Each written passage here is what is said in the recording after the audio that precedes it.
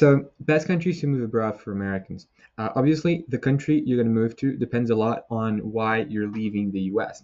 Are you leaving the US for higher salaries? Are you leaving the US for less politics? Are you leaving the US for better weather, better climate? Are you leaving the US so you can be closer like other countries and it's easier to travel? Are you leaving the US for nature? So there's a lot of different options, like different categories for leaving the US. And so I'm going to try to like categorize a bunch of them and then for each of them just give you like the best country if that is your scenario. All right, so let's start and we'll get through it. So the first reason I think most Americans will want to travel abroad or to live abroad for is to actually be closer to other countries and to be able to travel a bit more. Because if you're in like Minnesota or Colorado, or it's kind of hard for you to leave the country. It's really far. And even if you're in like the outer states, like California or Florida or New York, it's gonna be pretty hard for, or like it's gonna take a while for you to get anywhere other than like Canada and Central America, pretty much. So I would recommend the most connected places in the world are pretty much Europe and Southeast Asia. That's kind of undisputed. You could go to Dubai as well, but I think out of those options, I think Europe is just the best one to start with because it's still Western. It's still like not too different from what you know, especially if you've never left America before. There's a lot of good options. One soft landing that you could use in Europe is definitely Ireland because, well, first of all, a lot of Americans actually have Irish descent, and so they could be eligible to an Irish passport, which obviously makes it infinitely easier to move anywhere in the EU. And well, if you have an Irish passport, you might as well go to Ireland.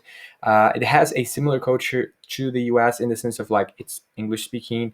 It has a lot of influence from the US, a lot of influence from the UK, and so it's definitely a soft landing. Also, Dublin is like Ryanair is in Ireland, like it's from Ireland, and so Dublin is obviously a low cost flight hub.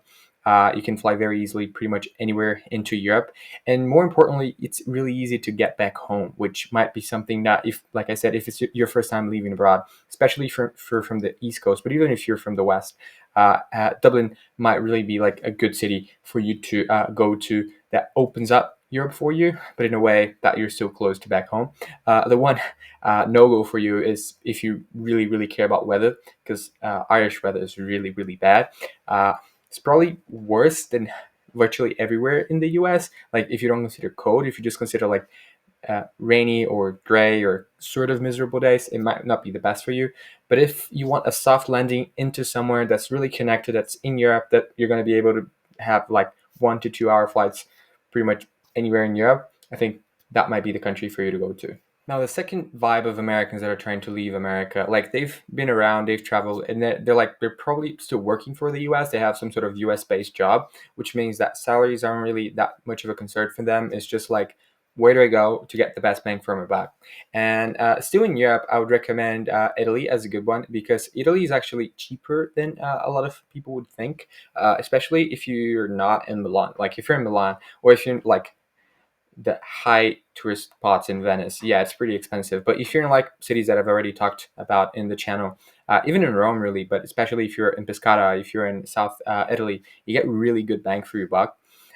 If you're gonna be even more extreme, Albania, Tirana is like a decent airport, like well connected out of the EU. So maybe it's going to be a little easier if you don't have an EU passport for you to go there and stay there for a little longer. If you need to like restart your 90 days in Schengen, it could be a good spot for you as well. Bosnia, I think, is also a very interesting country. Anything that is sort of in the southeast of Europe is going to be even better connected than Ireland, honestly. Much cheaper than Ireland, much, much cheaper than the US, and sort of a bit flexible in terms of visas, you know. Even Spain, honestly, there's a digital nomad visa that you could use. I met a lot of Americans while I was traveling Europe that were either living in Spain or in Portugal, exactly with this type of visa.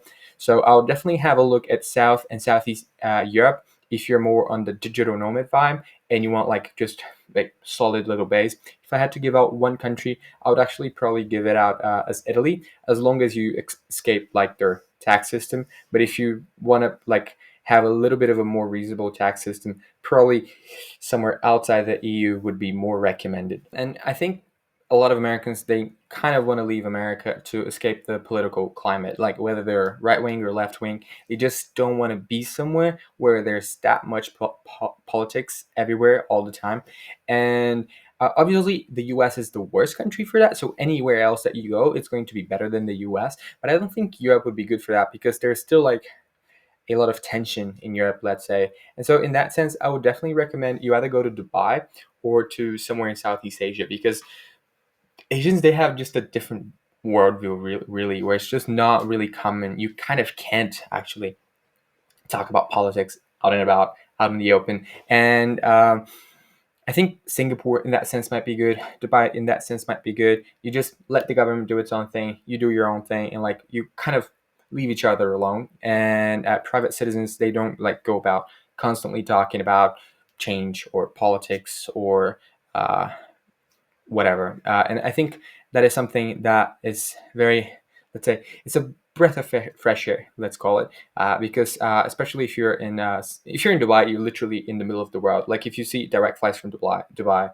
uh, they're second to no one. Like they're literally like the most connected airport in the world. You can fly to LA, you can fly to Sao Paulo, you can fly to like Perth or like Melbourne, and you can also fly like to Tokyo, for example, and all direct flights. So anywhere in the world you can be there. And that's really nice. Singapore is a little less connected in that sense because it would be further away from uh, like Brazil or South America. But it would be much, much closer to much more interesting countries in Asia because whilst the Middle East is definitely interesting from a historical perspective. Not all of the countries there are safe, whereas like in Southeast Asia, pretty much virtually all countries are reasonably safe. They're reasonably good for tourism, and they're cheaper. So in that sense, I think Singapore might be a very good option for American expats.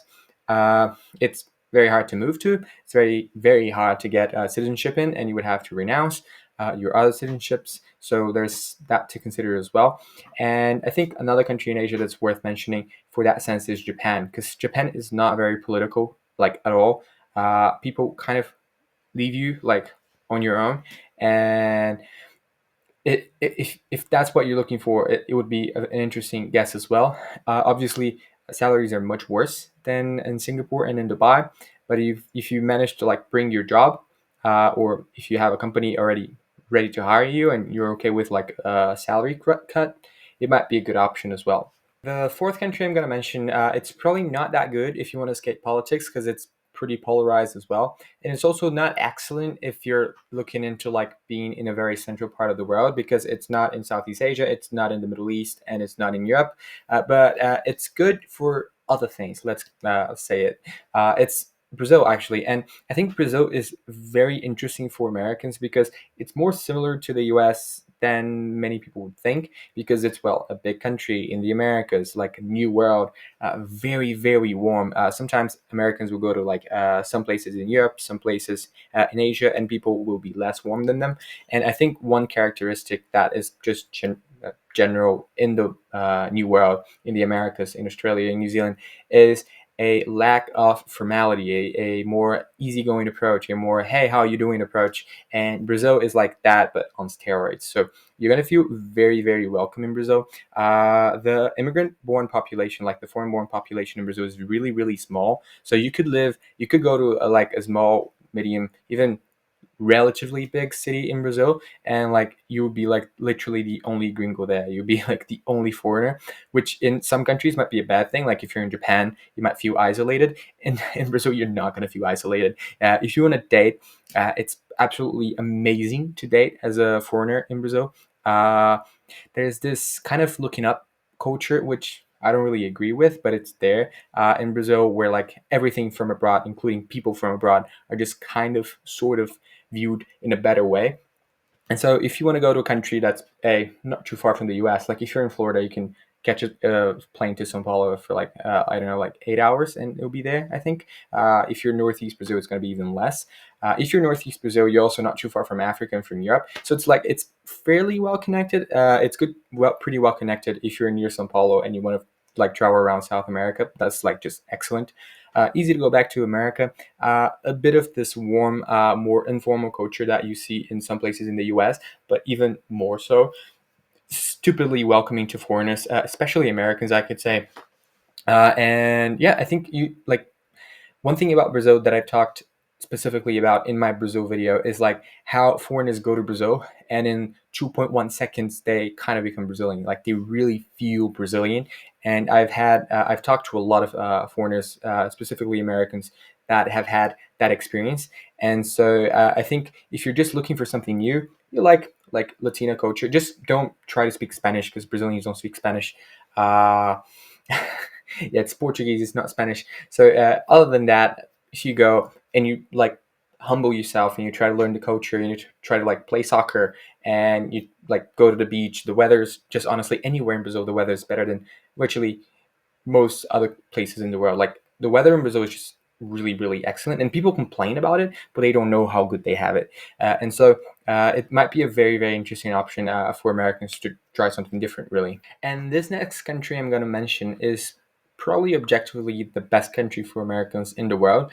And it's not me saying that, it's just the data suggests that really, really strongly because every single country in the world has a net negative migration rate with the US, which means more people from that country move to the US than Americans move to that country. So, for example, Sweden, there's more Swedish people in America than Americans in Sweden. There's more Swiss people in America than Americans in Switzerland. There's more Mexicans in America than Americans in Mexico. And so, like, just for pretty much every country in the world, there's more people moving out of it and into the US than Americans moving into it. And there's one exception, and it's Australia. And Australia is literally the most popular country for Americans, not in absolute terms. It's not the single country with the most Americans, but in terms of in relative terms, because Australia is a fairly small country population wise, and the amount of Australians that leave Australia to America is actually smaller than the amount of Americans that move into Australia. If you want to stay in the West, Australia might be the least politically polarized country in the West. New Zealand is probably less, actually, but it's definitely less polarized than Canada, much less than the US, and much less than like the UK and a good chunk of Europe. It's got less problems with immigration. It's got better wages. It's got amazing weather. Like Melbourne is supposed to be like the really bad city for weather, and like I'm in Melbourne right now, and I don't know if you'll be able to see, but like this has been like my average day for the past 6 months. I don't know. So like Australia weather is really good. Australia weather is like really, really charming. Australians are like if you're talking about soft landing, honestly, like sometimes I honestly believe I'm in just a random American suburb, and then I see cars driving on the opposite side, and I'm like, oh no, it's actually Australia. So like it's kind of the best mix between the UK and America. Uh, if you want to travel, it's not the best. It's really like everything is really far. But if you're from the West Coast, if you're from California, from Oregon, from Seattle, you want to maybe lower your taxes a little bit because those state taxes in California are high. You don't want that many homeless people near you. You don't want all the politics. You I kind of tired of like being in just like the U.S. You want to like be somewhere where like everything's a little more chill. Yeah, Australia might be a really good country for you. The weather will be similar to like Southern California in a good amount of those places. And there's actually direct flights from Melbourne, Sydney, and Brisbane into, I believe, SD, SF, and LA, like, or at least two or three of those. And so, like, you at least be able to get home directly if you live on the West Coast. It's honestly an excellent country. I've lived here the past 9, 10 months now, and it's one of the best countries in the world, objectively. And Americans definitely think so because, and Americans definitely think so because that's like proportionally the country that they go to the most. And so, yeah, I hope you guys like this video, and I'll see you around.